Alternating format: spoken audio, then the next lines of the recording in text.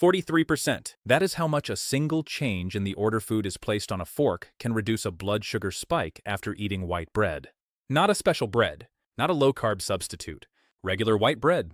The same bread a doctor would tell a diabetic patient to avoid entirely. And here is what should infuriate every senior managing blood sugar right now. This research was published in Diabetes Care by Weill Cornell Medical College.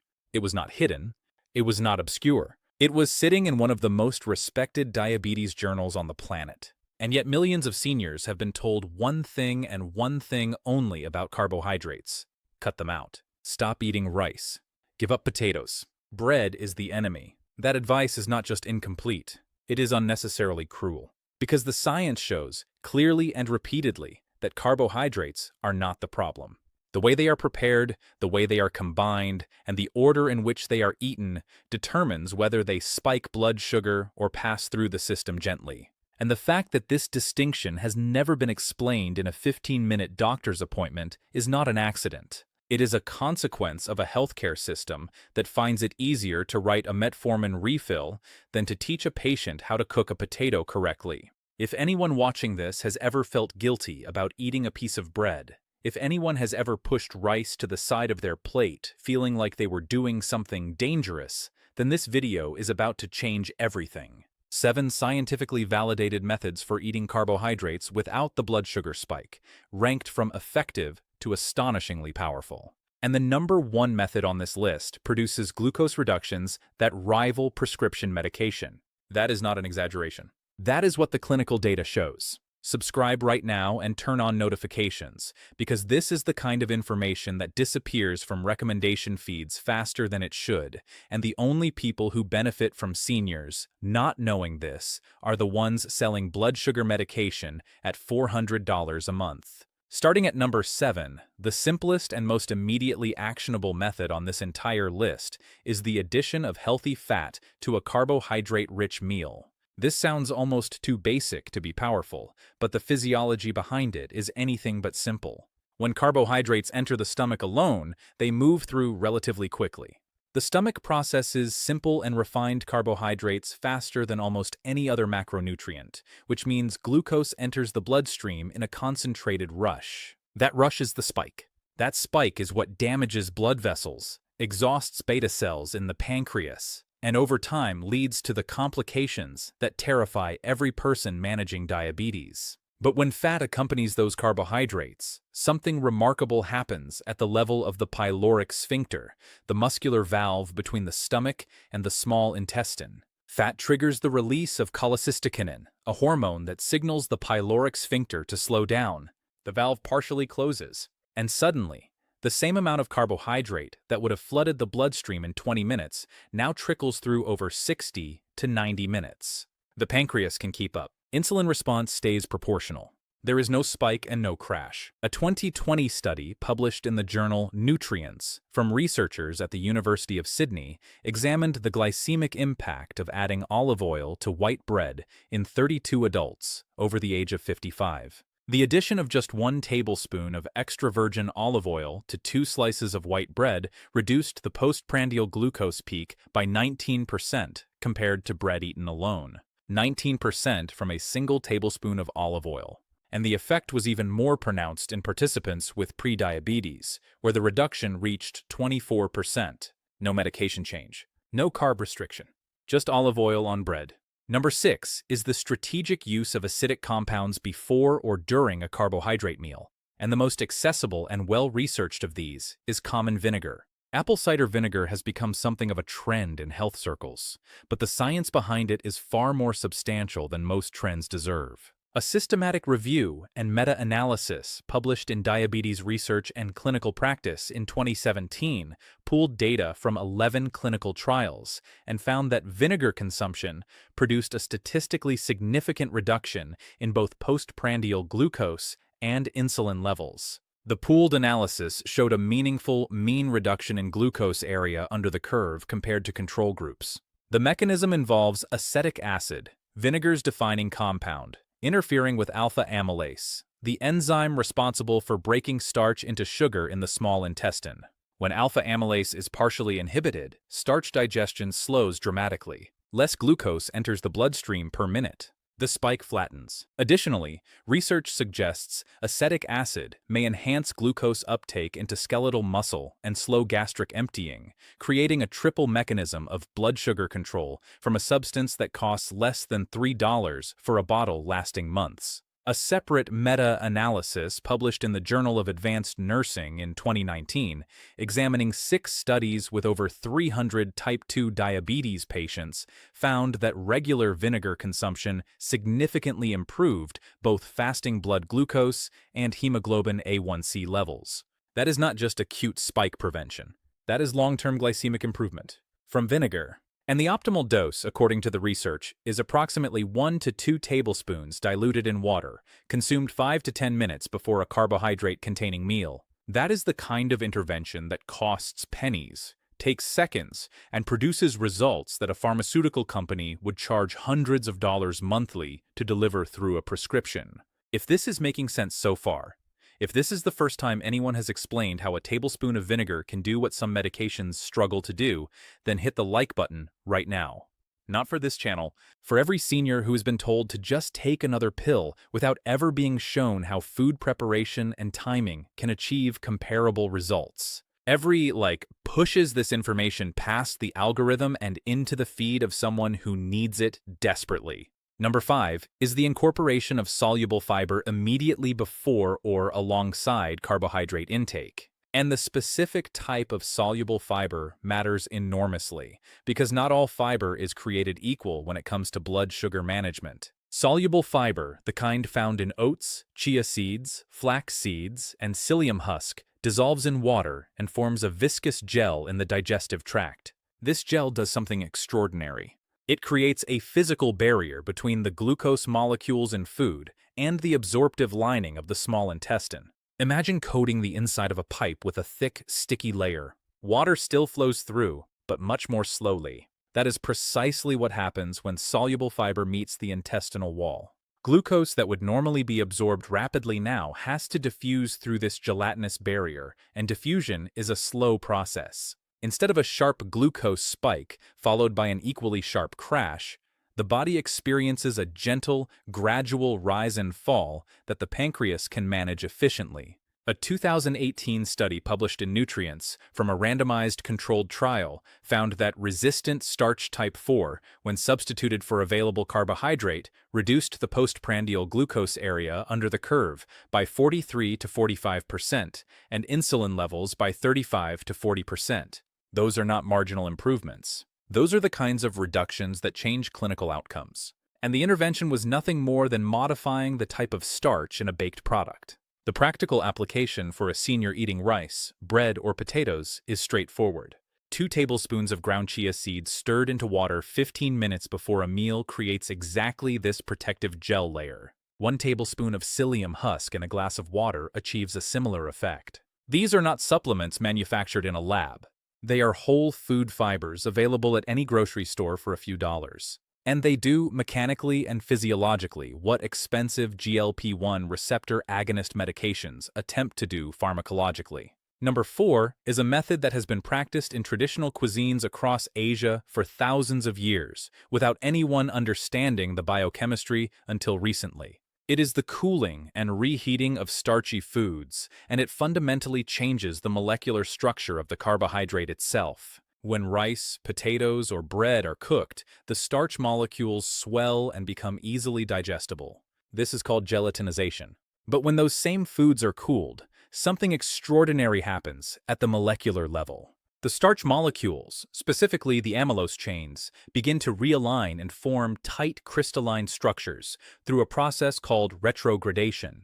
These crystalline structures are resistant to digestive enzymes. They behave like fiber rather than starch. They pass through the small intestine without being broken down into glucose, and instead reach the large intestine where they feed beneficial gut bacteria that produce short-chain fatty acids. Those short-chain fatty acids, particularly butyrate, actually improve insulin sensitivity. A study published in the Asia-Pacific Journal of Clinical Nutrition demonstrated that rice that was cooked, cooled overnight in a refrigerator, and then reheated the following day contained significantly more resistant starch than freshly cooked rice. The glycemic response to this reheated rice was measurably lower. The same amount of rice, the same calories, the same taste, but a fundamentally different metabolic response because the molecular structure had been transformed by nothing more than temperature change and time. The practical protocol is almost absurdly simple. Cook a batch of rice or potatoes. Refrigerate overnight. Reheat the next day. The retrogradation process is not reversed by reheating. The resistant starch remains crystallized. And suddenly, a food that was considered dangerous for diabetics becomes a vehicle for delivering prebiotic fiber to the gut while producing a significantly lower blood sugar response. This is the kind of information that should be printed on every bag of rice sold in a pharmacy-adjacent grocery aisle. Instead, the bag sits next to a shelf of diabetes medications, and nobody connects the two. Now, this is the point in this video where something important needs to be said directly. The pharmaceutical industry generates tens of billions of dollars annually from diabetes medications globally. The average monthly cost of newer diabetes drugs in the United States can run into hundreds or even $1,000 depending on the medication and insurance coverage. There is absolutely no financial incentive for any pharmaceutical company to fund research into how cooling and reheating a potato can reduce blood sugar spikes. There is no patent on retrogradation. There is no intellectual property to protect. And so, while the research exists, while the journals have published it, the information never makes it into the doctor's office. It never appears on the educational pamphlets in the endocrinologist's waiting room. And it certainly never gets mentioned in the 15-minute appointment that ends with another prescription. That is not a conspiracy. It is economics, and seniors deserve to understand the difference. Consider the story of Patricia, a 68-year-old retired teacher from New Mexico. Patricia had managed type 2 diabetes for 9 years. Her A1C hovered stubbornly around 8.2 despite taking metformin twice daily at the maximum dose. Her endocrinologist was recommending adding a second medication, a GLP-1 receptor agonist that would cost her over $300 monthly after insurance. Patricia was frightened and frustrated. She had already eliminated bread, rice, and potatoes from her diet entirely, and she missed them desperately. She felt deprived at every family gathering. She watched her grandchildren eat tortillas while she ate plain lettuce. Then Patricia came across information about resistant starch and meal sequencing. She started cooking batches of rice on Sundays, cooling them overnight, and reheating portions throughout the week. She began every meal with a large plate of vegetables and a portion of grilled chicken, waiting 10 minutes before eating any carbohydrate. She added 1 tablespoon of apple cider vinegar and water before lunch and dinner. She did not change her medication. She did not join a program. She did not buy a supplement. After 4 months, Patricia's A1C dropped from 8.2 to 6.9. Her fasting glucose, which had consistently run between 140 and 160, stabilized between 110 and 125. Her endocrinologist was genuinely surprised. When Patricia explained what she had done, her doctor's response was telling. He said, "Whatever you're doing, keep doing it." He did not ask for details. He did not incorporate it into her treatment plan. He did not share it with his other patients. He simply acknowledged the result and moved on to the next appointment. Patricia's story is not unique. It is happening quietly in kitchens across the country, and the medical establishment has yet to catch up.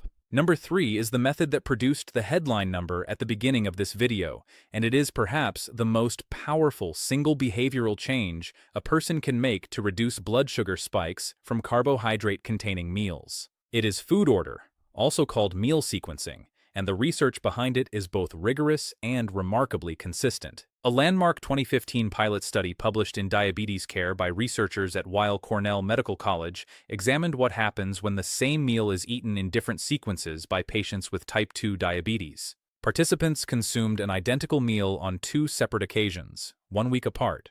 On one occasion, they ate carbohydrates first, followed 15 minutes later by protein and vegetables. On the other occasion, the order was reversed: vegetables and protein first, carbohydrates last. The results were striking.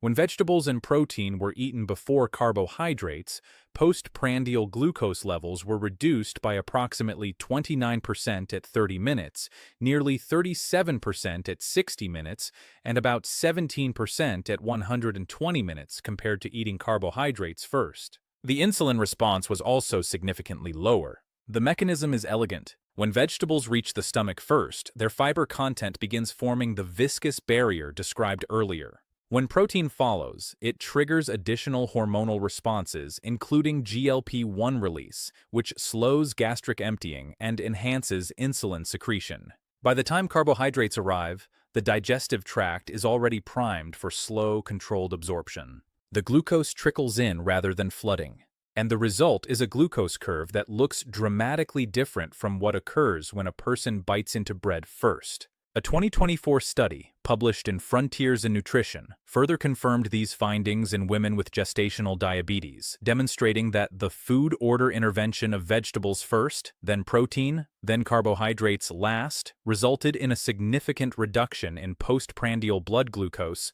of nearly 6% at 60 minutes and 6% at 120 minutes, along with meaningful reductions in insulin levels.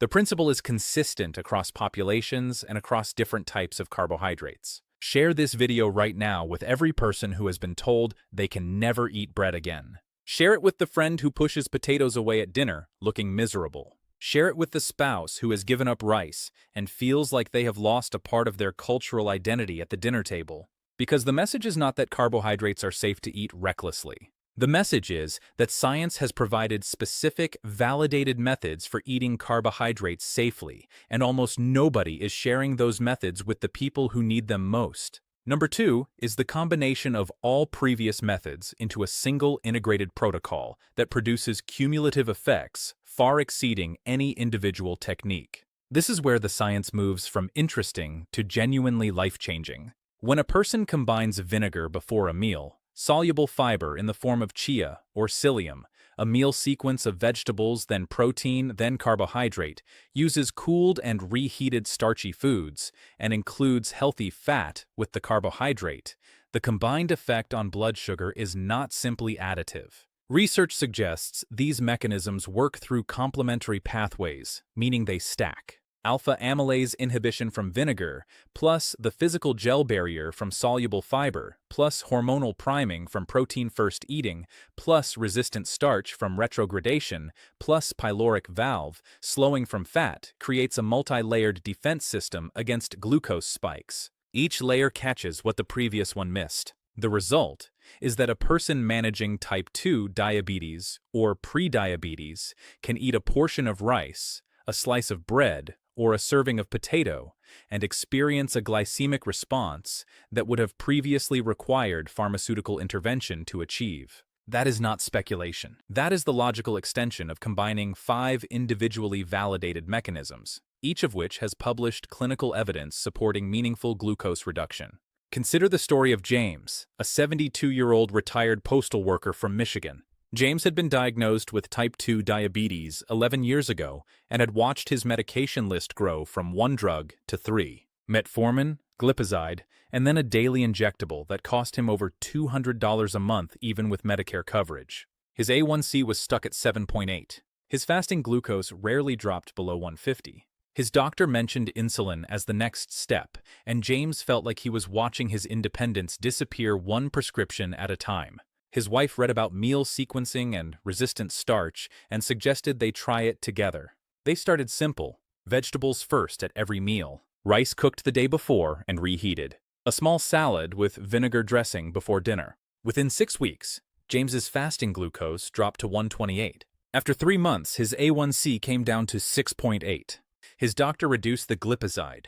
The injectable was discontinued. James still eats rice every single day. He eats potatoes twice a week. He had a piece of birthday cake at his granddaughter's party last month. His continuous glucose monitor showed a peak of 152, which came down to normal within 90 minutes. That is what happens when the body is given the tools to process carbohydrates properly instead of being denied them entirely. Number 1, and the reason this method sits at the top of this list, is the strategic use of a brief walk after eating. A 10 to 15-minute walk at moderate pace after a carbohydrate-containing meal produces what researchers describe as muscular glucose disposal, and it is the single most powerful acute blood sugar reducer available without medication.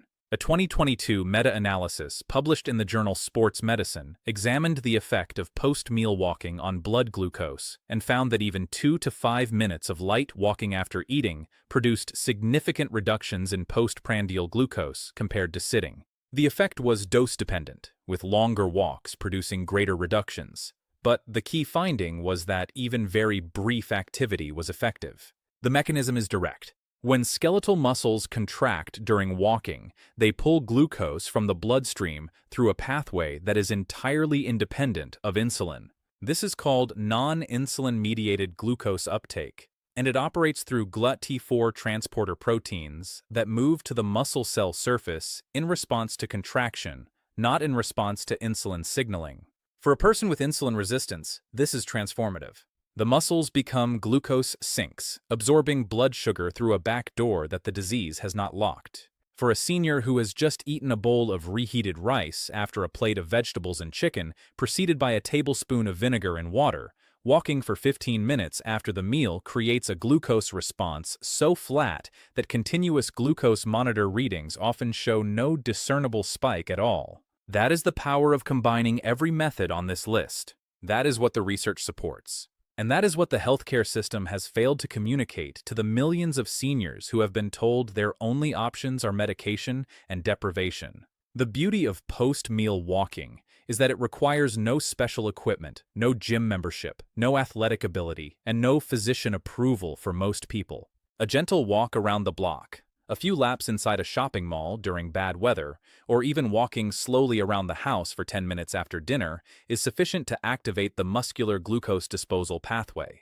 For seniors with mobility limitations, even standing and doing light arm movements or seated leg exercises after meals has shown benefit in preliminary research. The barrier to entry is essentially zero, and the metabolic return is enormous. Here is the complete protocol. The 7 steps that integrate everything discussed in this video into a practical daily practice. Step 1. Take 1 tablespoon of apple cider vinegar diluted in a glass of water 5 to 10 minutes before lunch and dinner. Step 2. Stir 2 tablespoons of ground chia seeds or 1 tablespoon of psyllium husk into water and drink it 15 minutes before eating. Step 3. Prepare starchy foods the day before by cooking and refrigerating overnight, then reheating before serving. Step 4. Begin every meal with vegetables, eating a full serving before touching anything else on the plate. Step 5.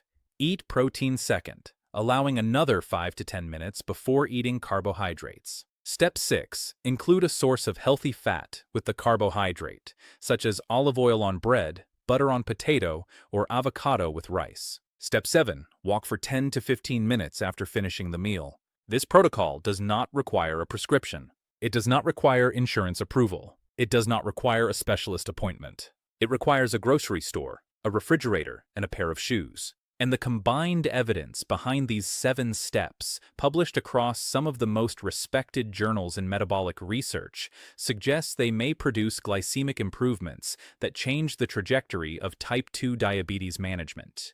But this only covers what to eat and how to eat it. There is another side to blood sugar management that almost nobody discusses, and it involves what happens to glucose metabolism during the 8 hours a person spends sleeping every night. A video covering the 7 nighttime mistakes that cause morning blood sugar spikes is coming next, and the research behind it explains why so many people wake up with elevated fasting glucose despite doing everything right during the day. That video will change how every senior thinks about the hours between midnight and 6 in the morning. Watch it when it appears, because the answer to stubborn morning blood sugar may have nothing to do with food and everything to do with what happens while the body sleeps. This content is for educational purposes only and does not constitute medical advice. Always consult a qualified healthcare provider before making changes to diet, medication, or exercise routines.